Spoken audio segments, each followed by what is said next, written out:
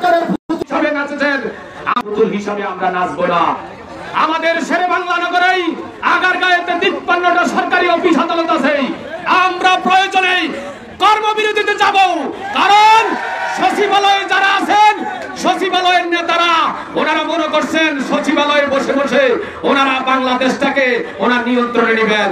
আমরা ওনাদের কানে দিতে চাই, আপনাদের এই সমস্ত ষড়যন্ত্র এবং এই ধরনের কুচক্রান্ত আমরা কখনো মেনে নেব না।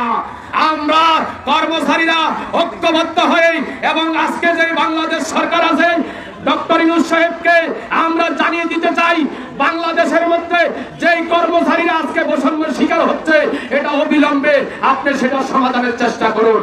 এবং যে সমস্ত আমলারা সচিবালয়ে বসেই আমাদের এই কর্মচারীদের দুর্দশা দেখছে না, তাদের কানে আপনি পৌঁছাতে হবে এবং তাদেরকে বুঝাতে হবে, যদি কর্মচারীরা আন্দোলন সংগ্রামে এবং কর্মবিরতিতে যায় তাহলে সরকারি অফিস আদালত অচল হয়ে যাবে।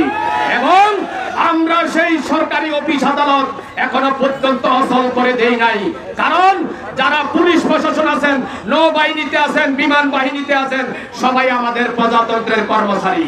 এবং এই কর্মচারীদের প্রজাতন্ত্রের কর্মচারীদের যে দাবিটা সেটা শুধু একটা দপ্তর নয়, প্রতিটা দপ্তর অধিদপ্তরের কর্মচারীদের দাবি।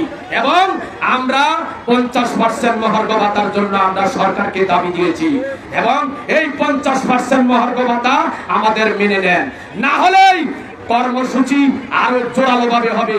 এবং আমাদের নেতৃবৃন্দ যারা আছেন আমি তাদের দৃষ্টি আকর্ষণ করছি, আপনারা বড় কর্মসূচিতে দিকে দেন, কারণ বড় কর্মসূচি না দিলে সরকারের কানে আওয়াজ যাবে না।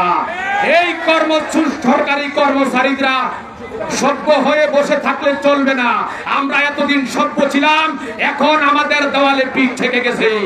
আমরা রাজপথে নামবো, ইনশাআল্লাহ বিজয় নিশ্চিত করে আমরা ঘরে ফিরবো ইনশাআল্লাহ। এই বলে আমার বক্তব্য শেষ করলাম।